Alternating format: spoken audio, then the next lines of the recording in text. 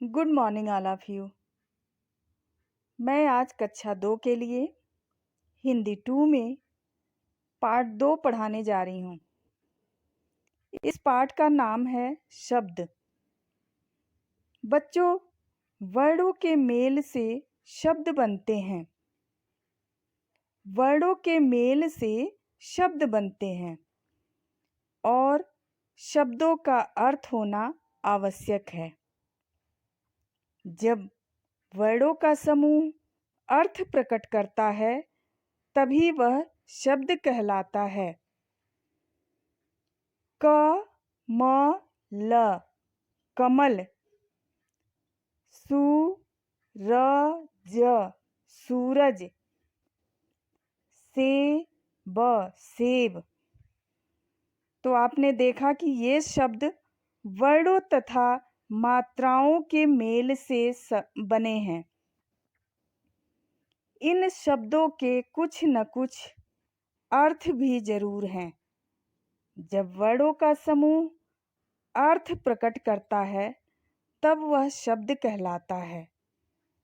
इनमें क्रम का ध्यान रखना जरूरी है। जैसे ल क म, इसका सही क्रम होगा कमल। ज र सु, इसका सही क्रम होगा सूरज। र ख अबा, इसका सही क्रम होगा अखबार। बच्चों, शब्दों को जोड़ने से वाक्य बनते हैं और शब्दों के सही जगह पर आने पर ही वाक्य बनते हैं। हमें शब्दों को सही बोलना और सही रूप में लिखना चाहिए। यदि ऐसा नहीं करेंगे तो कोई बात समझ में नहीं आएगी। जैसे मरे भाई ने दूध पिया, ये गलत वाक्य है। सही वाक्य होगा मेरे भाई ने दूध पिया। रवि बहरा खड़ा है, इसका सही वाक्य होगा रवि बाहर खड़ा है। शिकारी ने चीता मारा, इसका सही वाक्य होगा शिकारी ने चीता मारा। यहाँ पर शब्दों के शुद्ध रूप की सूची दी गई है, जिसे देखकर आप शब्दों को शुद्ध करना सीख सकते हैं। जैसे अशुद्ध शब्द है परीक्षा, र पे छोटी ई की मात्रा लगी हुई है। इसका शुद्ध रूप होगा परीक्षा, र पे बड़ी ई की मात्रा लगेगी। इसी तरीके से बहुत सारे अशुद्ध शब्द दिए गए हैं जिनको आप सूची से देख करके शुद्ध करना सीख सकते हैं।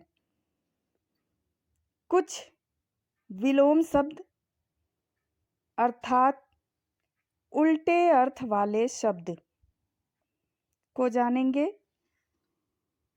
अच्छा का विलोम होगा बुरा, रात का दिन, शत्रु का मित्र, सुख का दुख, ठंडा का गर्म, नया का पुराना, कड़वा का मीठा, सच्चा का झूठा, कम का अधिक, पक्का का कच्चा। जन्म का विलोम होगा मरण, सत्य का असत्य, पाप का पुण्य, लाभ का हानि, जीत का हार, वीर का कायर, अपना का पराया, अमृत का विष, धर्म का अधर्म और भारी का विलोम होगा हल्का। अब कुछ पर्यायवाची शब्द, या समानार्थी शब्द को जानेंगे। जब अनेक शब्द एक ही अर्थ प्रकट करते हैं तब वे पर्यायवाची शब्द कहलाते हैं। जब अनेक शब्द एक ही अर्थ को बताते हैं तब वे पर्यायवाची या समानार्थी शब्द कहलाते हैं। उदाहरण के रूप में फूल का सुमन, कुसुम, पुष्प। सूर्य का सूरज, रवि, दिनकर। चंद्रमा का चांद, शशि, इंदु। पृथ्वी का धरती, भूमि, धरा। पानी का नीर, जल, वारी। आँख का नेत्र, चक्षु, लोचन।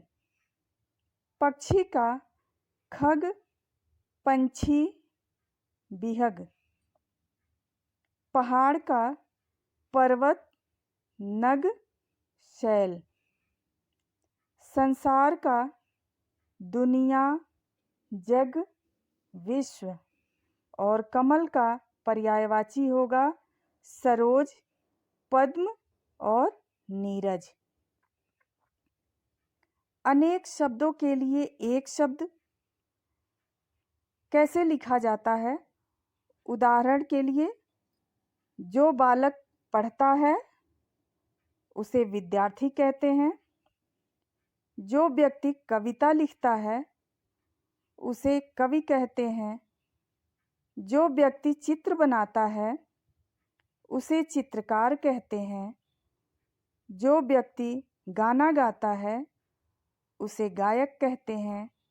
जो व्यक्ति खेती करता है उसे किसान कहते हैं। जो व्यक्ति विदेश का हो उसे विदेशी कहते हैं। मास में एक बार होने वाला कार्य उसे मासिक कहते हैं।